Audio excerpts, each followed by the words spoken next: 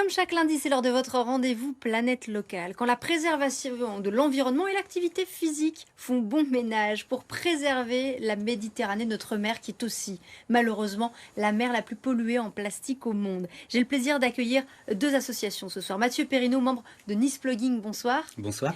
Et Laurent Lombard, vous êtes cofondateur de Opération Mer Propre, qui est aussi une association bien connue sur la Côte d'Azur. Tout d'abord, j'aimerais qu'on regarde ensemble quelques chiffres. Regardez, 230 000 tonnes de déchets de plastique finissent chaque année dans la Méditerranée. Et 60 à 80% des déchets marins sont constitués de produits à usage unique, comme bien entendu les produits plastiques. C'est des chiffres qui donnent un petit peu le vertige. D'abord, je me tourne peut-être vers vous qui plongez, donc qui voyez ce qui se passe sous l'eau. Ce sont vraiment des chiffres qui donnent le vertige. Est-ce que ça se traduit même visuellement quand on plonge en Méditerranée? Ah oui, ça se voit, et ça se voit de plus en plus en fait dans la fragmentation du plastique, c'est-à-dire qu'il y a des rivières de plastique avec le courant, et ça fait des années qu'on dénonce tout ça et qu'on ramasse, qu'on essaye de ramasser, mais comme je le dis souvent, dans la mer c'est vraiment le point de non-retour.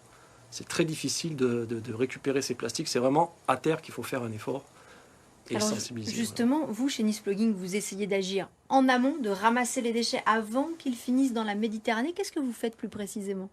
Alors exactement, l'objectif c'est parce qu'on est une des principales villes côtières de France, donc on se dit à Nice c'est important d'avoir cette action à terre, donc sur les plages, mais aussi dans les quartiers de Nice, dans les rues de Nice. Mais vous marchez, vous organisez des marches pour ramasser des déchets? Voilà, on organise exactement. Au départ c'était des sorties sportives, on courait, et aujourd'hui on marche simplement sur les plages, on marche à petite allure, ce qui permet à tout le monde de venir, que ce soit les enfants, les adultes et les personnes âgées qui nous rejoignent. Et on ramasse en effet les déchets sur les plages. C'est peut-être le plus symbolique sur les plages, mais on essaie de le faire un peu partout dans Nice. Ça fait combien de temps que ça dure, Nice Plugging? Ça fait 4 ans. Et il y a du monde? Et sur notre groupe principal, on est plus de 100 personnes. Et sur les ramassages, on est entre 15 et 30 personnes par ramassage chaque semaine. On le fait 2 fois par semaine. Et vous, chez Opération Mer Propre, ça consiste essentiellement, donc bien entendu, des actions de sensibilisation dont on va parler plus en détail, mais à plonger pour ramasser sous l'eau. Alors plonger pour ramasser les déchets, mais aussi plonger pour dénoncer les problématiques, c'est-à-dire trouver des secteurs qui sont impactés, et après communiquer, faire des vidéos et alerter les pouvoirs publics aussi. Il faut montrer pour qu'on comprenne aussi ce qui se passe sous l'eau, quoi. Parce que sous l'eau, on voit souvent la mer, c'est beau, c'est propre, enfin c'est propre. C'est la mer, quoi. On se dit, mais on ne voit pas ce qu'il y a en dessous.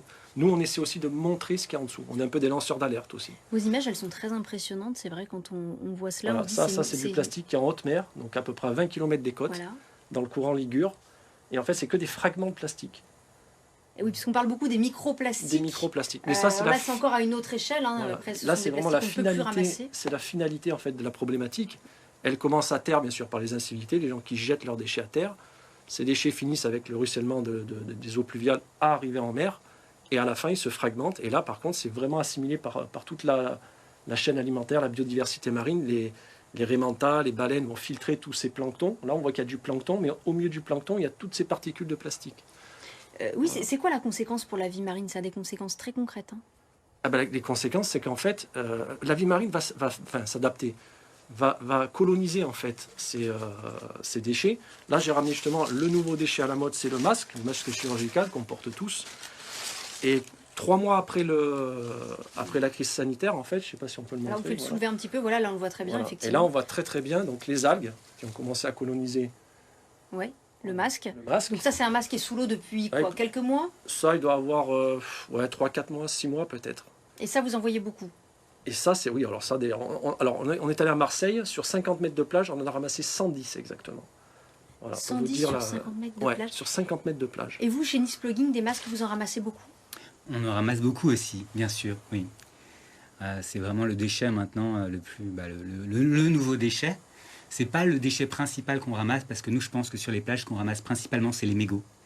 Qui est, je pense, aussi catastrophique que le masque, voire plus catastrophique. Hein. Alors, la question qu'on se pose quand on voit autant de masques jetés dans l'environnement, est-ce que ce sont des masques délibérément jetés, ou bien parfois ce sont des poubelles dans l'espace public qui sont renversées, ou bien des masques qui s'envolent avec le vent? Voilà, quelle est la part d'incivilité réelle? Pour les masques, je dirais 50-50. C'est un objet très volatile, on peut le poser à un endroit, il s'envole avec le vent. Le mégot, je pense que c'est volontairement jeté. Le mégot, on le ouais. fume et on le jette. Donc, enfin, on le jette. On doit le mettre dans la poubelle, mais ceux qui le mettent en dehors de la poubelle, c'est vraiment volontaire. Sur le masque, je pense que oui, c'est quand même... il y a moitié-moitié, on va dire. Alors, le message à faire passer, c'est qu'on n'a pas besoin de... On peut venir, bien sûr, marcher avec Nice Plugging, mais on peut aussi soi-même prendre l'habitude de ramasser les déchets, même si ce n'est pas les siens. Parfois, ça peut être une bonne façon de commencer. Idéalement, voilà, c'est ce qu'on aimerait, c'est justement nous sensibiliser les gens qui nous voient à ce geste, en fait, qui est super simple, qui est le geste le plus simple qui soit, que personnellement je faisais avant de faire un Nice Plugging, et donc qui est fantastique. Après, nous, l'intérêt de Nice Plugging, c'est qu'on le fait en groupe. Donc il y a le côté convivial. C'est une activité que, oui, c'est plus sympa voilà, de que quand faire on ça fait en groupe. seul, elle n'est pas forcément aussi agréable. Alors que nous, en groupe, il y a vraiment le côté presque ludique même de faire ça, de voir après à la fin, de comparer les déchets qu'on a trouvés. On essaie de le faire avec bonne humeur. On peut ramasser aussi quand on est en mer. Il n'y a pas besoin d'être un plongeur expérimenté, j'imagine, pour aller ramasser. Non, tout à fait, on voit un déchet. Après, c'est de l'éducation. Moi, quand j'étais petit, je sais que quand on allait au bord de mer avec mes parents, eh ben, j'avais appris à ramasser. On voyait une plage, on voyait des déchets, on les ramassait. Là, il y a c'est pas difficile. Hein, voilà. Chacun peut ramasser quelque chose. Chacun peut ramasser, un apnéiste voilà. aussi, pas besoin d'être un plongeur bouteille. Qu'est-ce qu'on pourrait faire? Alors c'est une question très vaste, mais vous qui avez l'expérience de ces plongées en Méditerranée, qu'est-ce qu'on pourrait faire dans une région en plus qui est très peuplée, c'est vrai que les Alpes-Maritimes c'est densément peuplé, pour que moins de déchets finissent Alors, dans la il y Méditerranée? a des solutions, notamment des solutions techniques. En fait, c'est un triptyque qu'il faudrait appliquer. Il y a une ville qui a réussi. Je cite souvent l'exemple cannois. Bon, je suis de Cannes, hein, bien sûr. Mais il y a 5 ans en arrière, j'avais alerté sur une décharge sous-marine à Cannes. Et j'insiste aussi sur la sensibilisation des élus. Pourquoi? Parce que c'est quand même eux qui ont le pouvoir de faire des choses, techniquement. Mettre en place notamment des filets pour empêcher les déchets d'arriver en mer. Ça commence à se faire à Mandelieu et à Cannes. Et ça, c'est une solution technique. Après, il y a la sensibilisation, il y a la répression aussi. La peur du gendarme, ça peut marcher, même si, bon, je ne crois pas trop.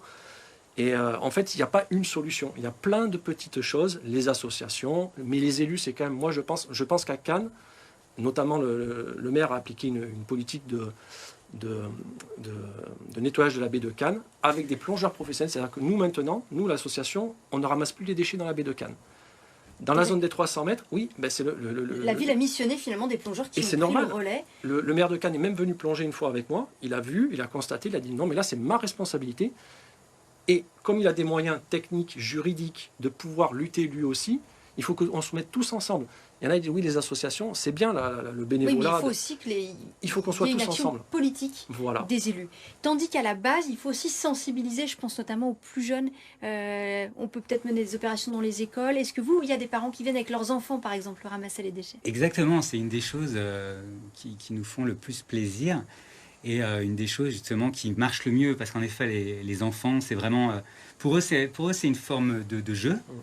Et ça les fait vraiment, ça les sensibilise vraiment. Et on voit vraiment que les enfants, beaucoup d'enfants maintenant, ce sont les moteurs en fait du plugging et ils demandent à leurs parents de venir parce qu'ils ont vraiment cette sensibilité-là, beaucoup d'entre eux. Alors pour eux, c'est assez évident. Et est-ce qu'au contraire, il y a des adultes, des passants qui vous questionnent, qui sont curieux? Comment les gens réagissent quand ils vous voient passer votre dimanche matin à ramasser des déchets? Alors ça, c'est ce qui nous plaît énormément, c'est qu'il y a 4 ans, on avait plus de réactions négatives et vraiment désemparés. Ils se demandaient ce qu'on faisait parce que c'était soi-disant pas notre travail de le faire. Et aujourd'hui, les gens ont compris en effet que c'est pas seulement le travail des bénévoles, c'est un travail commun, c'est un travail des politiques qui le font de leur côté. On espère qu'ils vont le faire davantage. Et c'est aussi un travail des citoyens. Et donc maintenant, les gens qui nous voient, ils ont compris le truc, la plupart. Et ils sont plus dans les encouragements et ils nous rejoignent.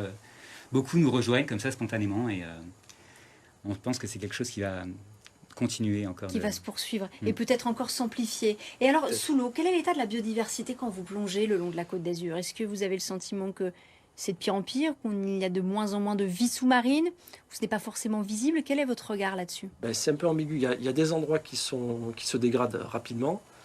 Et après, il y a des endroits où on retrouve de la biodiversité, notamment, alors là, c'est pas dans les Alpes-Maritimes, c'est dans la frontière des Alpes-Maritimes, c'est au Cap-Roux dans le Var, où il y a un cantonnement de pêche. Et récemment, j'ai plongé.